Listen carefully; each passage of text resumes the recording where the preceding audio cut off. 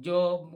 کھانے کے جو مضرات ہوتے ہیں، کھانے کے اندر کھانا کھانے سے جو بیماریاں اور تکالیف کا سامنا کرنا ہوتا ہے، تو اللہ تبارک و تعالیٰ بسم اللہ کی برکت سے ان تکالیف کو، ان بیماریوں کو ختم فرما دیتے ہیں۔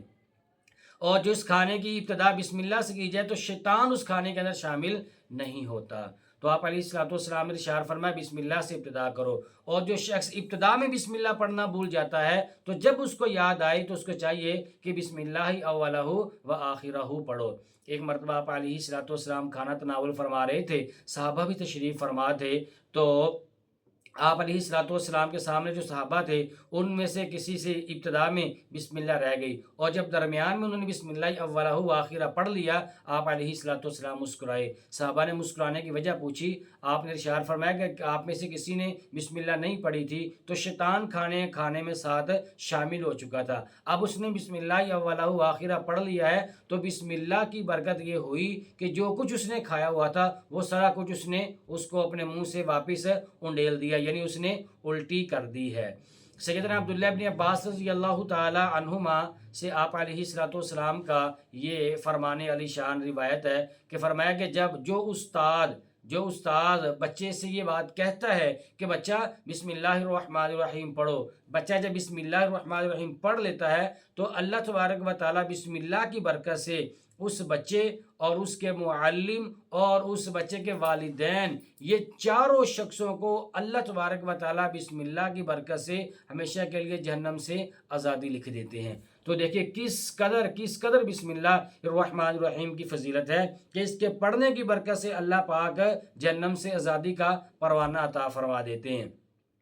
اور اسی طرح جب کوئی شخص بسم اللہ الرحمن الرحیم پڑھ لیتا ہے تو جنت کہتی ہے، بسم اللہ پڑھنے پر جنت یہ کہتی ہے کہ لبیک وسعدیک اللہم ادخلہ الجنہ، میں حاضر ہوں، میں تیری تابع دار ہوں اے اللہ۔ پھر جنت اللہ تبارک و تعالیٰ سے گزارش کرتی ہے کہ اے اللہ اس آدمی کو جنت کے اندر، میرے اندر اس کو داخل فرما دیجئے۔ تو دیکھیں کہ بسم اللہ الرحمن الرحیم کی برکت سے جنت بھی لبیک کہتی ہے اور جنت بھی سعدیک کہتی ہے، تو اس کی برکت سے وہ اللہ پاک سے دعا بھی مانگتی ہے۔ اسی طرح امام راضی رحمۃ اللہ علیہ نے تفسیر کبیر کے اندر یہ بات لکھی ہے، ایک مرتبہ سیدنا عیسیٰ علیہ الصلوۃ والسلام کا ایک قبر سے گزر ہوا، تو جس قبر کے اندر میت کو، عذاب قبر کے اندر وہ میت مبتلا تھی، وہاں سے گزرے تو دیکھا کہ قبر کے اندر عذاب ہو رہا ہے، پھر آپ آگے تشریف لے گئے اور پھر اتفاق سے دوبارہ پھر وہیں سے گزر ہوا اور اسی قبر کے قریب سے آپ گزرے تو آپ نے دیکھا کہ اب